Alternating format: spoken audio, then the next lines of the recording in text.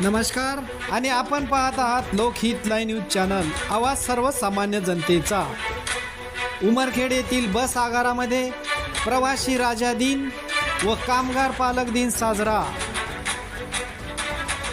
आज शुक्रवार दिनांक 26 जुलै 2024 रोजी उमरखेड येथील बस आगारामध्ये प्रवासी राजा दिन व कामगार पालक दिन साजरा करण्यात आला।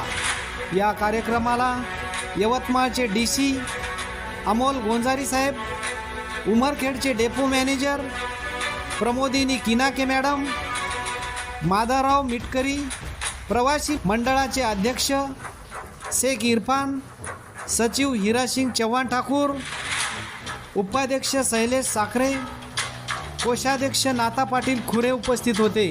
नमस्कार आणि आपण पाहत आहात लोकहित लाईव्ह न्यूज चॅनल, आवाज सर्वसामान्य जनतेचा। आज आपण उभे आहोत उमरखेड येथील ST महामंडळ आगारामध्ये आणि आज 26 जुलै 2024 रोजी उमरखेड येथील आगारामध्ये जो यवतमाळ जिल्ह्यामध्ये जे प्रत्येक आगारामध्ये पालक दिन व कामगार दिन चालू आहे।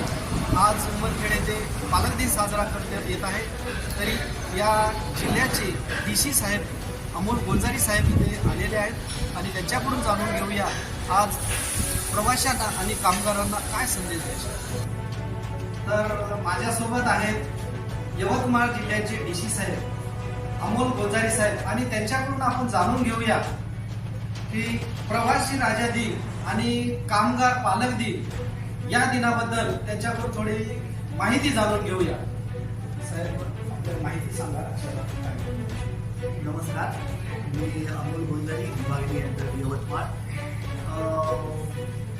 महाराष्ट्र परिवहन महामंडळाचे अध्यक्ष तथा उपाध्यक्ष तथा व्यवस्थापकीय संचालक यांच्या संकल्पनेतून हा प्रवासी राजा दिन आणि कामगार पालक दिन ही नवसंकल्पना सुरू झालेली आहे आणि यानुसार विभाग नियंत्रक जिल्ह्याचे प्रमुख असतो तर ते विभाग नियंत्रक प्रत्येक आगारामध्ये जाऊन त्या आगाराच्या असणाऱ्या समस्या, तसेच तेथील कर्मचाऱ्यांच्या समस्या, तेथील राखीव प्रवाशांच्या ह्या सर्व समस्यांचा निराकरण तेथे आगारात जाऊन ते प्रत्यक्षात करतील आणि त्यानुसार मी उमरखेड आगारामध्ये सकाळपासून आम्ही आहोत। त्यानुसार काही शाळांनी, काही सामाजिक कार्यकर्ते आणि काही प्रवाशांनी पण त्यांच्या काही तक्रारी, काही बसेस फेऱ्या सुरू करण्याबाबत आणि इतर काही गोष्टींबाबत केलेल्या आहेत। त्याबद्दल सुद्धा मी आमच्या आगार व्यवस्थापिका आणि स्थानिक प्रमुख यांनी चर्चा करून ते तातडीने सोडवायचं निश्चित केलेलं आहे।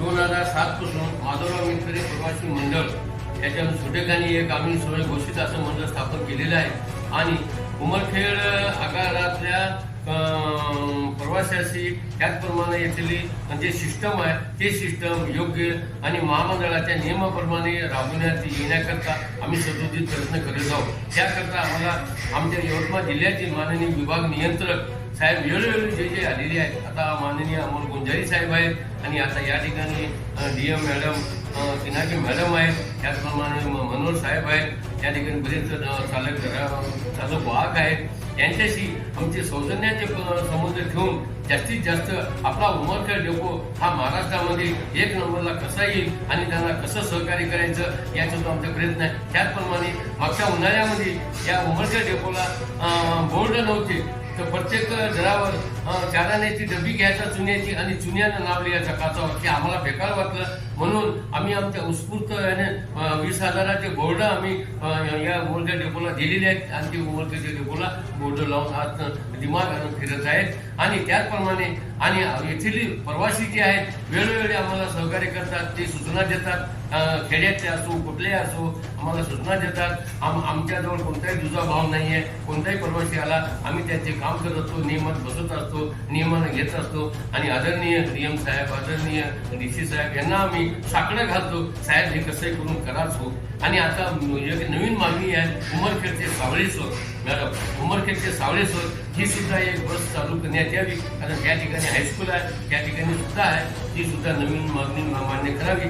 आणि आपण या ठिकाणी आला आणि आम्हाला जे आमच्या हे आम्ही जे 9-10 मुद्द्यावरती आम्ही साहेबांना एक निवेदन दिलं. निवेदन म्हणजे चर्चा आणि त्याच्यातून मार्ग साहेबांनी काढलेला आहे. त्याच पद्धतीने त्यांनी आश्वासन, भरीव आश्वासन दिलं आहे. तसं पोकळ आश्वासन म्हणता येणार नाही. त्या पद्धतीनं आम्ही सर्वजण याच्यावरती कटिबद्ध आहोत याची त्यांनी ग्वाही दिली.